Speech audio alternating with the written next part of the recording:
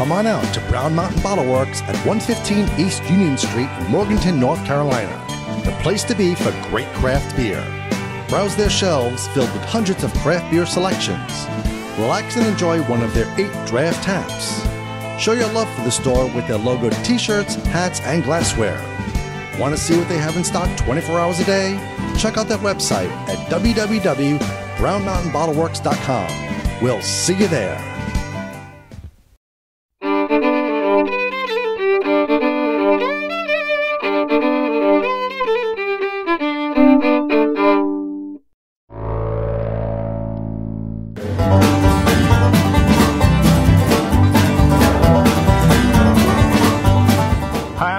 Behind the camera, we're the NC Beer guys.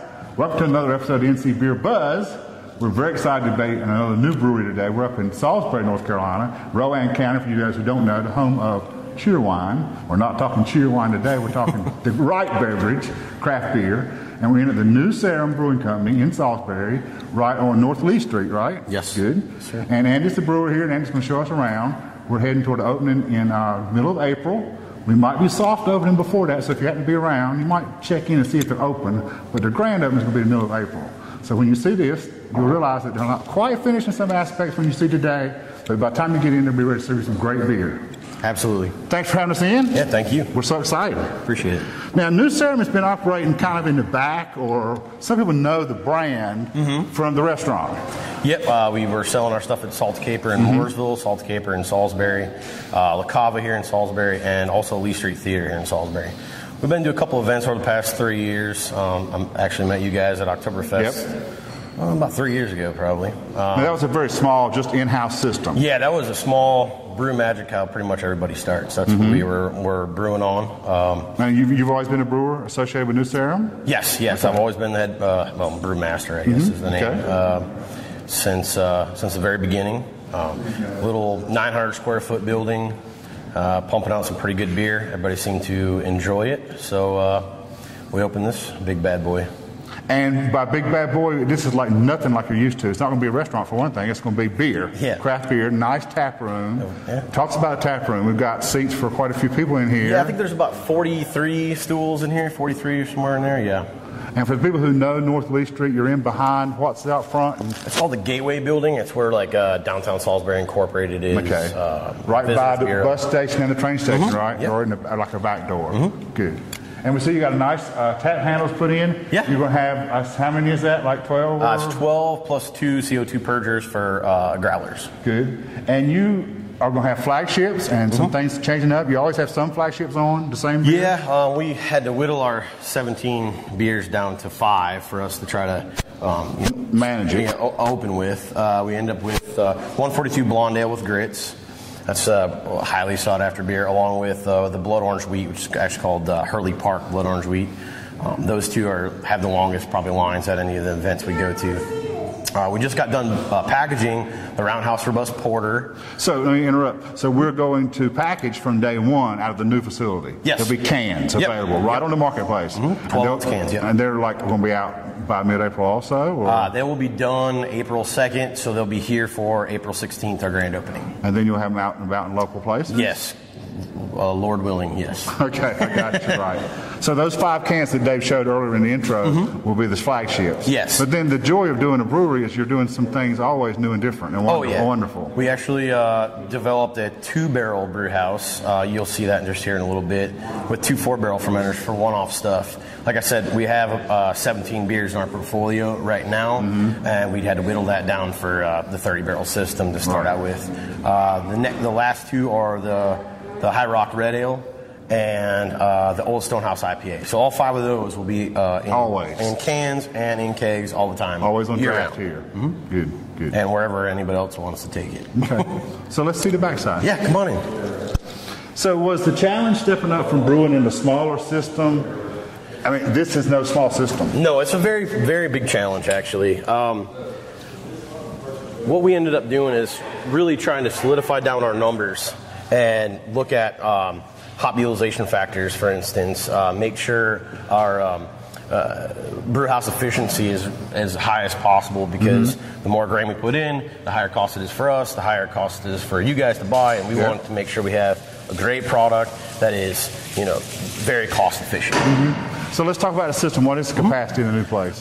We have a 30-barrel brew house here. It's a 3-vessel system traditionally. And it all came out of Deutsche Beverage Company in Charlotte. Yep, Deutsche Beverage from Charlotte. It's a traditional 3-vessel system.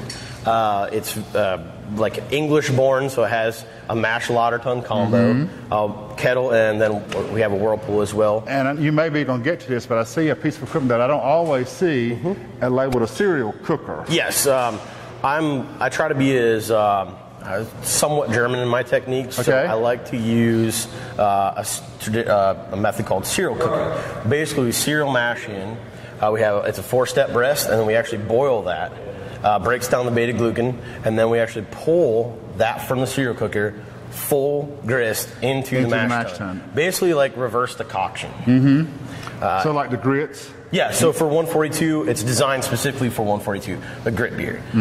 We like to use stone ground grits right here in Rowan County from a company called McNick Farm. They're actually on our can, and they work great. And you mentioned the local grits. Will you brew? You guys are going to be tied to the community to brew local as much as possible, using local ingredients, absolutely, local cooperatives, local situations. We use Riverbend pale out of Asheville, right? Pale malt. That's actually one of our silos is designed specifically to take super sacks from them. Okay. They don't have the ability to blow in from a truck, so we actually buy super sacks from them and developed a way to unload super sacks into the silos. So you built your system with the idea of working with Riverbend. That's cooperation for sure. Absolutely, yes. Good.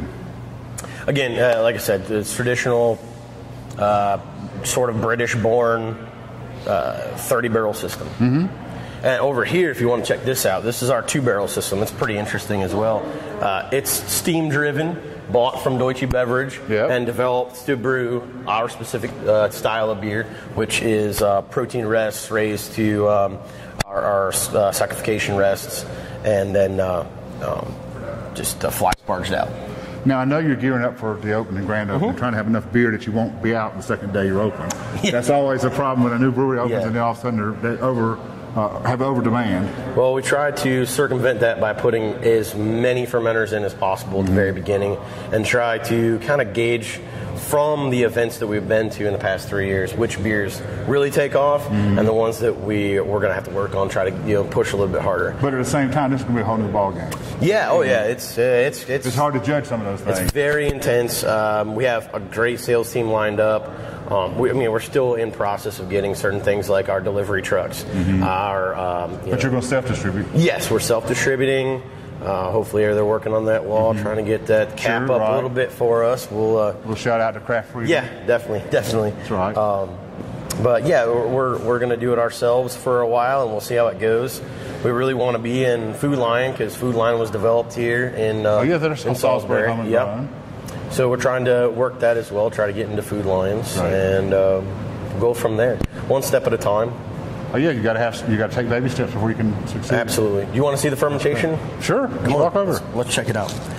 So one thing that we've learned through a lot of our talks with other breweries is maximize square footage. Make sure your floor is perfect. Right. And if you have the money, buy as much as you can to start with. Yeah, don't start too small. So that's what we ended up doing. We have 660 barrels of fermentation space. That's 660s, 290s, and 430s. 2 60-barrel bright tanks, 1 90-barrel bright tank, and 1 30-barrel bright tank. So right now in fermentation, like I said, this is our 3rd week of brewing. We're moving on to our 4th week coming up. We have these 2 fermenters here have 142 in them. That's that blonde ale with grapes, of course. That 90 has blood orange wheat in it. And then our porter just got kegged today. That's what we just had today. That's what we just had today. Yes, yeah. So we're some of the first customers of that. Yeah. We actually got some of the first pours off that. I hope it was all right. Good. Great beer. Great beer. That's what I like to hear. Well, we wish you all the success in the world. I know you're so excited. Yeah, we're getting. Are you sleeping at night? I mean, it's kind of like a new baby. I mean, you're kind of getting off the ground. Sleeping is it's not by my choice. Trust me, I don't get much right now. We're trying to get this thing dialed in. Took us quite a while to get through the first couple brews, but now we're starting to really pinpoint problems. Our grain handling is super automated, so there was certain things we really had to fine tune. Pulling grain from silos. Actually, you can see the grain move in the tap room, which is pretty cool. You'll have to check that out later on whenever we come back. We've timed it out so that we actually pull grain when people are in there. Yeah, so they can see the process.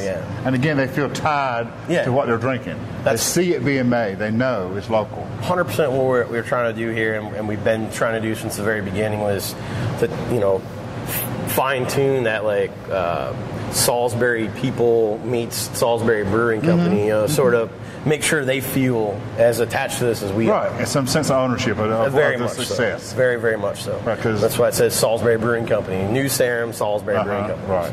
That's great. Thanks so much for having us in. Thank you very, very much. Again, we wish you good luck. We'll be seeing you around on the beer trail. Please come back by anytime. All right, sounds good. Thank you. Till next time, this is David and Glenn, NC Beer Guide, for another episode of NC Beer Buzz, reminding you to drink local and keep your beer dollars in North Carolina. Thank you.